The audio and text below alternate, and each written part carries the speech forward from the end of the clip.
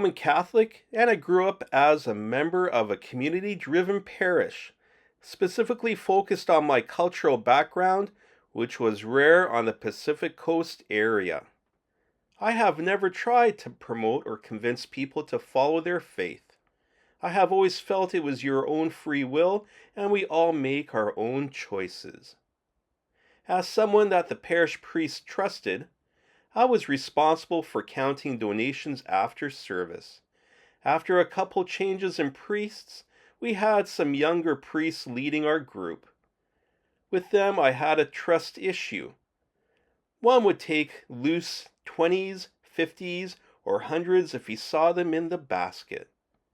He was a bit of a party person, and I am guessing he used the money for wrong reasons. Now he is no longer a priest.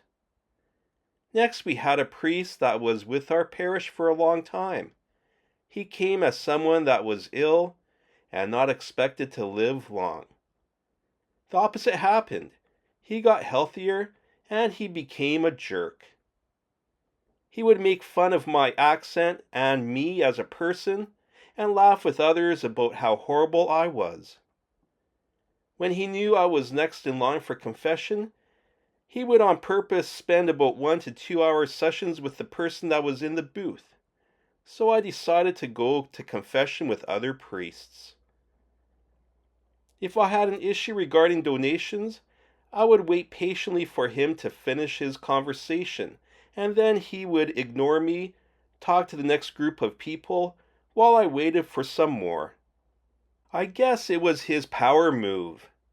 If there was manual labor required around the church, I would help, and you would see him returning from a wine tasting or a day yachting on a boat.